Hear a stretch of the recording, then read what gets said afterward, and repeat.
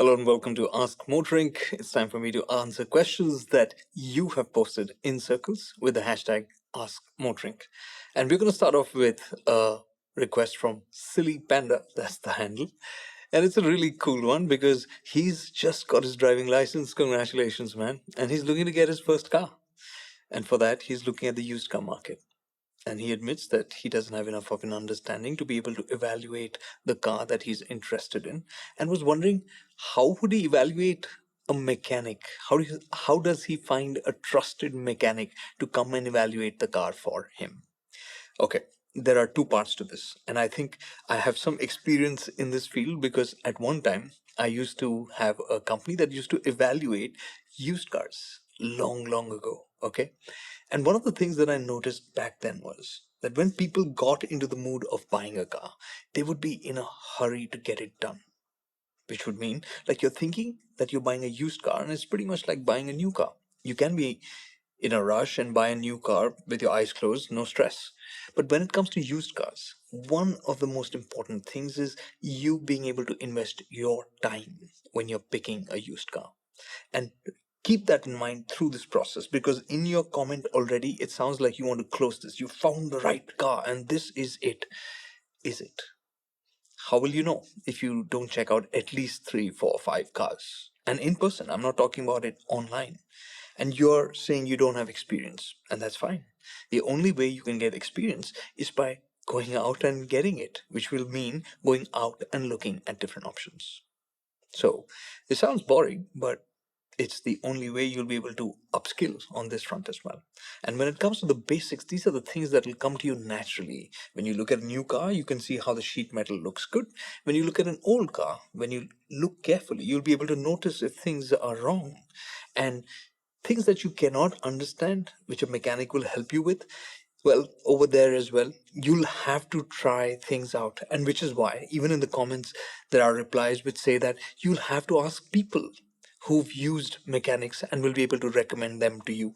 Find those guys. Find a dealer that people are willing to recommend to. And all of this is just a question of you saying, I've got time. So don't rush this. Do it easy. Sure, you've learned driving and you want a car and it's exciting and you should get one. But I'd like for this excitement to stay with you longer after you bought the car, for years after that, and not just have to then worry about the upkeep of the car or what if scenarios, right? Okay, now having given you that general viewpoint from my past experience looking at used cars, the sweet spot is somewhere in that 5 year zone where the car's not too new, it's not too old, the prices are also fairly good. You're buying from a used car dealer. I don't want to cast this as a wide range thing, but by and large, the cars that you get there will be looking very tempting. You'll find the kilometer readings to be in the 40, 30,000 range for 5, 7 year old cars. And this is often fudged. And this is an issue. You have to accept this and move on. Because I have seen cars back then which are 8, 9 years old and they'd have only 40,000 kilometers, and you'd think like, wow. And this is a rule that we've applied always. If it seems too good to be true, as likely as not, it is too good to be true, which means tread more carefully. There were these tricks we used to use back then to evaluate whether the car had been fiddled around with or not. One of which I can tell you is the trip meters. If the trip A and trip B are the same kilometers and they are roughly not very much, chances are that the meter's been tampered with. Right. Now, these are those small things. Does that mean that the car is fundamentally flawed? No, it isn't. But it just kind of makes it look more sweet than it may be. And which is why you do need that mechanic. And that mechanic will be able to check for things that you can't. Driving the car is something that you will have to do and decide whether that car is working for you or not. And I am going to reiterate this. Be willing to walk away if you aren't comfortable. And at the same time, if you find a car that feels good, feels right, and is a bit more expensive than what you think is right, go for it. Don't regret that later. 5, 10,000 rupees in that space is going to be worth it if the car seems right for you. Okay, so that's basically it. All the best for buying your used car. Take your time, find the right people, find the right dealer, find the right mechanic, find the right car. Give yourself that time and let us know how it goes. The next question is from Finisher650, and he's asking, basically, are naturally aspirated engines done? And should new car buyers look at turbo petrol engines as the default? The comparison that he's looking at, that he's used in his comment, is that the 1.5 liter IV tech from Honda, it's just outgunned by the 1 liter turbo petrols, isn't it? No, it's not. And I think this is part of that story that is sold with every new bit of tech that comes, that it's better and it's more advanced. Well, the entire story about the turbo petrol engines began with downsizing, which means taking big engines, let's say a 3 liter V6, and downsizing it to a 2 liter inline 4. That step down in size and going to a turbo petrol format made a lot of sense. You could deliver a lot of power that the 3 liter V6 would while offering better efficiency. Now, this works as you go up in scale, but when you go down in displacement, it doesn't work as well. Which is why, when you're looking at smaller engines, you don't really have anything below 1 liter that's turbocharged here in India, because it would add complexity, it would add cost, and it would work for a certain kind of use case. Turbo petrol engines have a certain character. They work in a certain sweet spot, which means more like steady state cruising, which means you're in more flowing conditions, not stop go traffic, and that's where they struggle.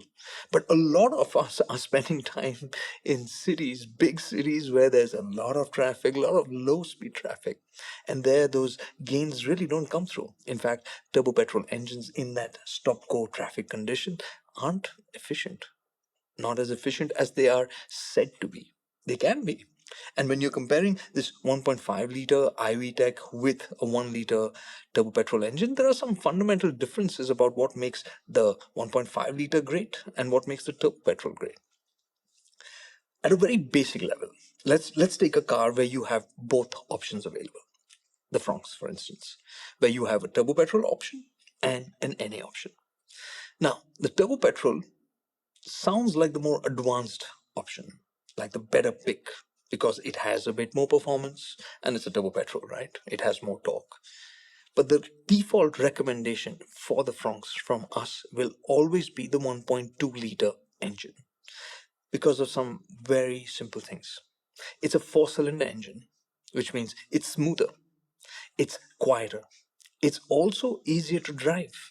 And that's saying a lot, because the 1 liter engine in the Francs is the best of the 1 liter 3-cylinder turbo petrols that you can buy in India today when it comes to drivability. It has the best low end responsiveness. It almost feels like an NA actually, except that it's got extra strong pull. And that has an advantage. It's also got pretty good efficiency. But is it as good as the 1.2 liter NA? Not quite. So that efficiency argument is, well, a bit of a sell. It's not exactly there, and it's not exactly the same in every condition as to how they play out. So the turbo petrols will be good when you're cruising out on the highway. And that example that you used about the 1 liter turbo petrol versus the 1.5 liter NA from Honda, whichever this 3-cylinder option might be, yes, they're good on the highway. But is the turbo petrol dramatically different in terms of efficiency? Our real world tests show that that's not the case. The 1.5 liter NA is no longer as efficient as it used to be, 100%. But is it dramatically worse than the turbo petrol? Not quite. And the naturally aspirated engines have an advantage. They are simpler. And just by virtue of having fewer moving parts, they are more reliable. They run more cool than the turbo petrol engines, and therefore better suited for our kind of rough environments because of that as well. It's more complicated to have a turbo petrol engine and to run it, and of course, its upkeep as well. So, are NAs done? Not quite. Are turbo petrols the future? That's an interesting question. Because according to me, you're going to see more hybrids come in and fill this space, because the need for the turbo petrol engines wasn't about excitement and performance, it was better fuel efficiency and lower emissions. And hybrids might be the solution that work better for our market, and that might come soon. If I were deciding today, I would be looking at naturally aspirated engines more closely than turbo petrols before putting my money down. And now to the next question. This is from Adventurer, and he's asked a simple question: what is a beginner's car? It's a lovely question because what do I mean when I say a beginner's car? Quite simply, it is a car that'll help you feel comfortable to get friendly with the idea of getting out onto public roads, driving, um, getting comfortable with the idea of owning a car and getting used to its upkeep, whatever that may involve. And that's a beginner's car when it makes all of these things a little bit easier, which means it's not too large. So it's something that you'll size up easily and be able to manage in more conditions more easily. It'll be a car that'll be friendly in the way it drives. That's the engine aspect of it, the suspension aspect of it, so that it just makes every task that you get into a little bit easier. It's like a helping hand reaching out towards you. It's also a brand typically that will be easier for you to maintain, which is what we think about when we're recommending a car to newer drivers. Because bumps, scrapes, little bit small stuff going wrong will happen. And you want that to be as hassle free as possible. So these are the things that I think about when I'm recommending a car to beginners. However, in your case, you stated that your family already has a car and you're saying you've already driven it a lot, which means this may not be your first car, but it is a car that you spend a lot of time with. And in that case, do you need the traditional beginner's car?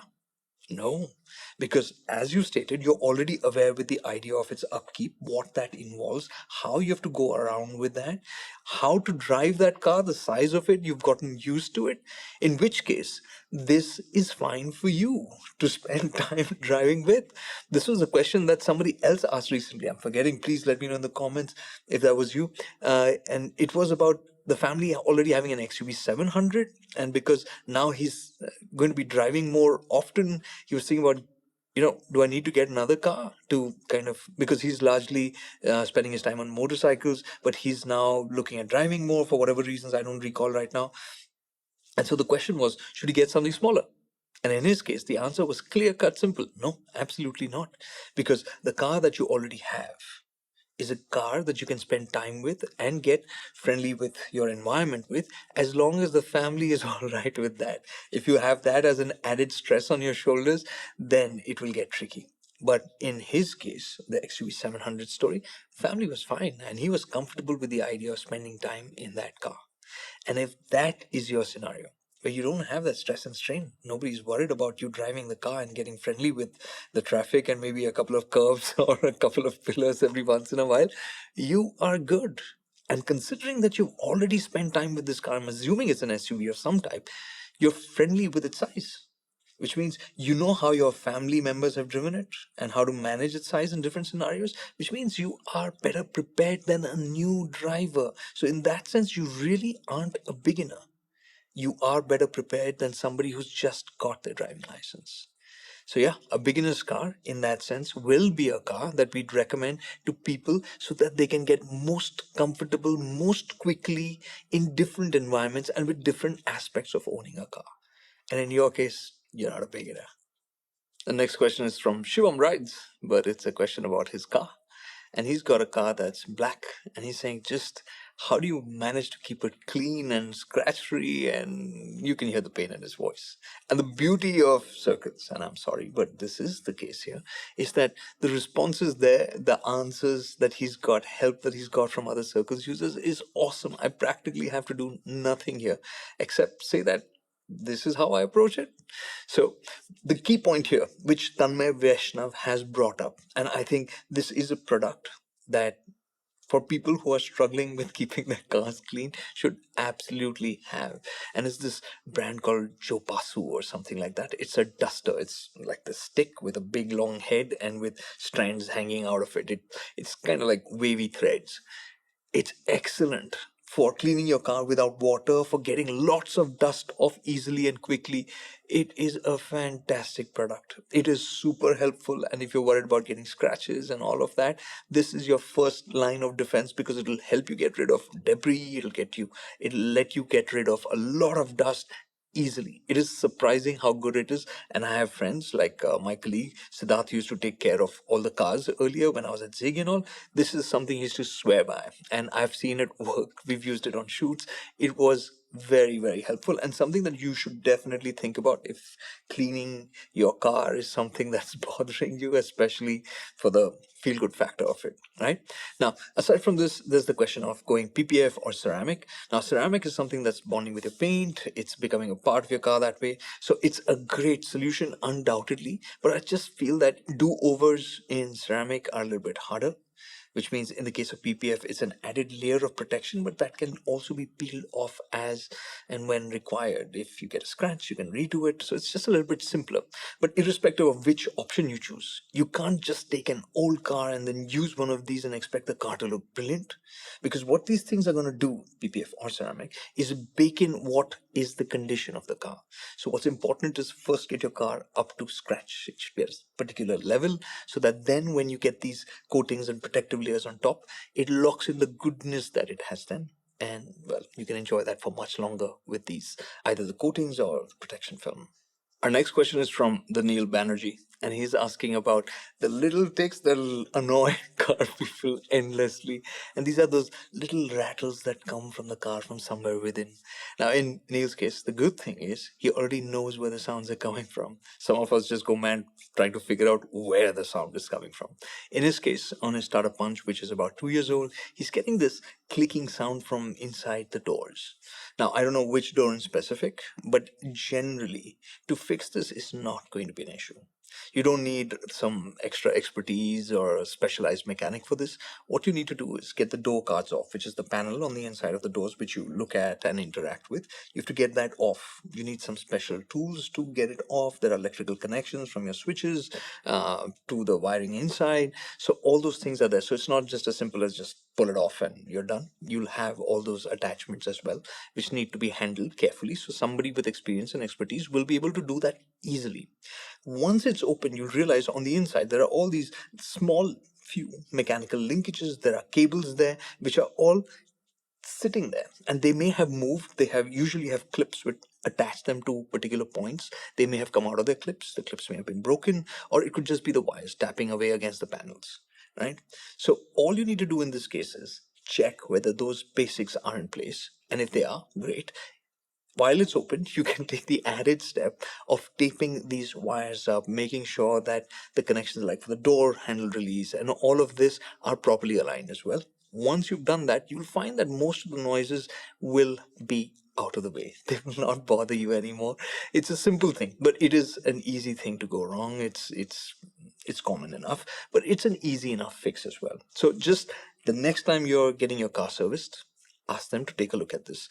They may be reluctant to do it because it's not really very great mechanical work or something that they regularly do, but insist on it or find somebody on the outside. Typically, people who are working on sound systems, they'll be able to do this quite easily because this is something that they'll be working on regularly to change speakers and stuff like that, and they could help you out with that quite easily. So find somebody who is willing to look into it for you. Most importantly, if it's not the service center that you currently go to, try somebody else, or like I said, check out somebody who's working with audio systems for cars. They'll definitely be able to help you out with that. And well, with that, I'll call it a wrap on this episode of Ask MotorInc. If you have any more questions, come to Circles, post your queries there. We'd love to get back to you and get to know what's bugging you or what we could help you out with. Thanks so much for watching.